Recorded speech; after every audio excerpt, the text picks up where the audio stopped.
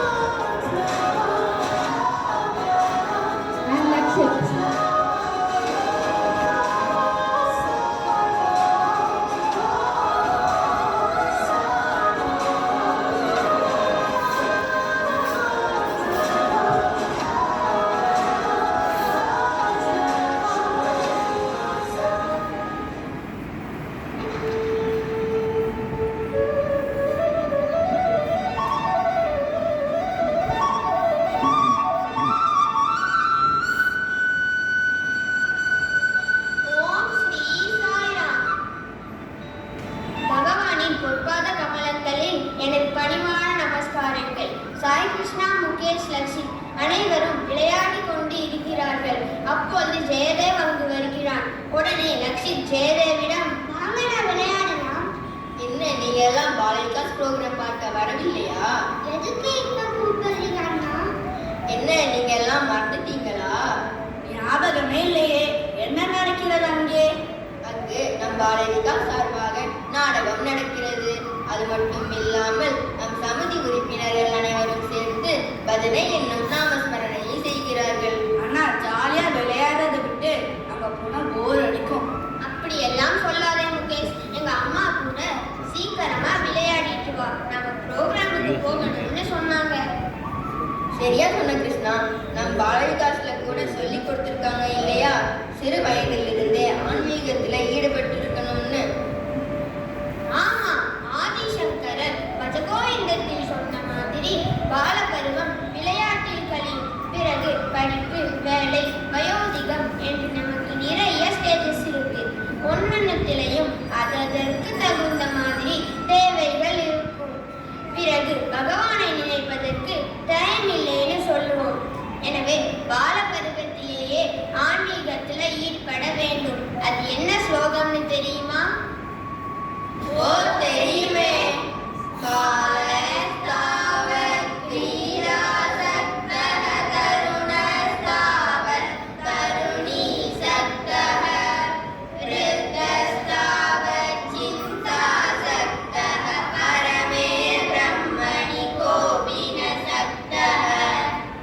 சரி சரி, எல்லாரும் வீட்டுக்கு போய் அப்பா அம்மாவை கூட்டிட்டு வாங்க. ப்ரோக்ராம்ல மீட் பண்ணலாம். பாய்.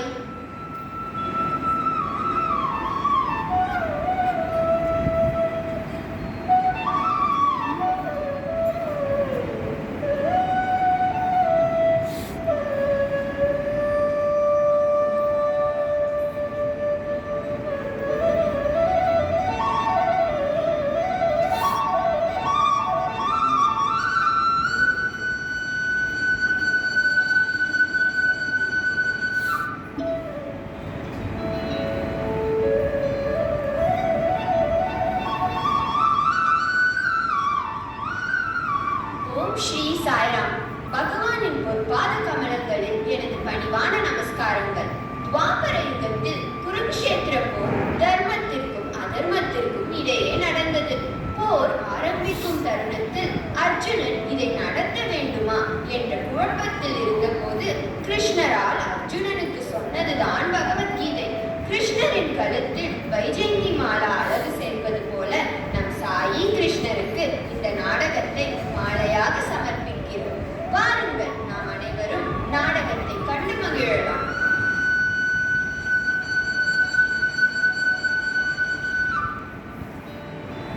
நிவதர்ஷினி வீட்டின் உள்ளே ஓடி வருகிறார். அம்மா, அம்மா, அம்மா, அம்மா எங்கக்கா? அம்மா ஊருக்கு போயிருக்காங்களே, சொல்லிட்டு தானே போனாங்க, மறந்துட்டியா? ஆமா, மறந்தே போயிட்டேன். எனக்கு ரொம்ப பசிக்குது, சாப்பிட ஏதாவது தாக்கா? நான் சமைத்து வைத்திருக்கிறேன், வா சாப்பிடலாம். உனக்கு சமைக்க தெரியுமா அக்கா? தெரியுமே. அம்மா சமைக்கும் போது நான் கூட இருந்து ஹெல்ப் பண்ணுவேன், அப்படியே நானும் கத்துட்டேன். சூப்பர் அக்கா, வா வா சாப்பிடலாம். இரு முதல்ல சுவாமிக்கு நெய்வேத்தியம் பண்ணிட்டு பிறகு சாப்பிடலாம். அம்மா சொல்லியிருக்காங்க இல்லையா? ஆமா அக்கா, அப்பதான் சாதம் பிரசாதமா ஆகும். நான் கூட ஸ்டோரி டெல்லிங்ல ஒரு முறை சுவாமி ஒரு குட்டி பையனின் தட்டிலிருந்து மிளகாய் எடுத்து போட்டுட்டு சாப்பிட சொன்னனே. குட் நிவி, ஞாபகம் வச்சிருக்கியே. பிரம்மார்ப்பணம் பிரம்மஹவிர் பிரம்மாக்னௌ பிரம்மணாஹுதம் பிரம்மைவதேன கந்தவ்யம் பிரம்ம கர்ம சமாதினா அஹம் வைஸ்வானரோ பூதா பிராணினாம் தேகமாஸ்ருதः பிராணாபான சமாயுக்தः பச்சாம்யன்னம் சதுர்விதம். வா வா பிரசித்தா, சாப்பிடலாமா? உனக்கு சமைக்க தெரியுமா அக்கா? ஓ தெரியுமே, எங்க அம்மா சமைக்கும் போது நானும் ஹெல்ப் பண்ணுவேன், அப்படியே நான் கத்துட்டேன். சூப்பர் அக்கா, எங்க அம்மாவும் ஊருக்கு போயிருக்காங்க, அதனால சிம்பிளா எனக்கு தெரிஞ்சதை செய்திருக்கேன். அதை எப்படி சுவாமிக்கு நைவேத்தியம் செய்யறது?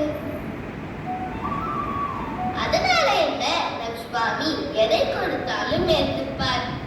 அன்போடையோ பக்தியோடையோ எதை கொடுத்தாலும் ஏற்றுப்பேன் என்று பகவத்கீதையில் கிருஷ்ணர் சொல்லியிருக்காரே. சரியா சொன்ன நிவி. எங்க அது என்ன ஸ்லோகம் சொல்லு பாப்போம். பத்ரம் புஷ்பம் பழம் தோயம் யோ மே பக்தியா பிரயச்சதி ததஹம் பக்தி உபகிருதம் அஸ்மாமி பிரயதாத்மனஹ. இதெல்லாம் சரிதான், ஆனா சுவாமி நல்லவர்களை தானே ரொம்ப சோதிக்கிறாரு. சுவாமி பத்தி அதிகமா நினைக்காதவங்க சுவாமி கிட்ட ரொம்ப நெருக்கமா இருக்காங்க. அவங்க எல்லாம் நல்லா தானே இருக்காங்க, இதுக்கு என்ன சொல்றீங்க அக்கா? நல்லா கேட்ட பிரசித்தா. நம்ம நிறைய பேருக்கு இந்த சந்தேகம் இருக்கு, அதுக்கு தான் நம்ம சுவாமி விளக்கம் கொடுத்திருக்காரே. அக்கா, அதை கொஞ்சம் புரியும்படி சொல்லுங்க அக்கா. சொல்றேன் கேளு. இப்ப பேங்க்ல லோன் வாங்க வேண்டும் என்றால் என்ன பண்ணணும்? நம்முடைய சேலரி எவ்வளவுன்னு சொல்லி லோன் கேட்கணும். ஓகே, ஆனா இப்போ உன்னோட சேலரி வாங்குற லோனை விட ரொம்ப கம்மியா இருந்தா அப்ப என்ன பண்ணுவ? லோன் தர மாட்டாங்க. கரெக்ட். அந்த சமயத்தில் உன்னுடைய ஆன்சிஸ்ட்ரல் ப்ராப்பர்ட்டியாக அப்பா அம்மா யார்கிட்டயாவது லேண்ட் வீடுன்னு ஏதாவது இருந்ததுன்னா அதை வச்சு அந்த ப்ராப்பர்ட்டியை அட்டாச் பண்ணினா பேங்க்ல லோன் கிடைக்கும். நெக்ஸ்ட் வேற என்ன வழி இருக்கு? அதையும் நீயே சொல்லியிருக்கா. கேரண்டி. யாராவது உனக்கு கொடுத்தால், அதாவது நீ கட்ட முடியாத தருணத்தில் நான் கட்டுறேன்னு யாராவது உனக்கு கேரண்டி கையெழுத்து போட்டா அப்பவும் பேங்க்ல லோன் தருவாங்க இல்லையா? ஓ அப்படியா, சூப்பர் இல்ல?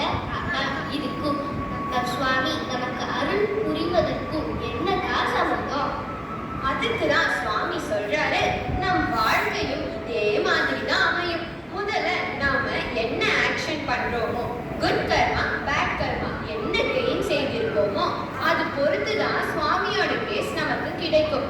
சப்போஸ் நிறைய புண்ணியம் கொஞ்சம் பாவம் பண்ணியிருந்தோம்னா நமக்கு சுவாமியோட கேஸ் கிடைக்கும். சப்போஸ் நீ புண்ணியமே பண்ணலன்னு வச்சுக்கோ, அப்ப செகண்ட் காலம்ல இருக்கிற நம் மூதாதையர் அப்பா அம்மான்னு அவங்க ஏதாவது நல்லது பண்ணியிருந்தாங்கன்னா நமக்கு சுவாமியோட கிரேஸ் கிடைக்கும். அவங்க அக்கௌண்ட்லயும் எந்த புண்ணியமும் இல்லைல்ல, என்னக்கா ஆகும்?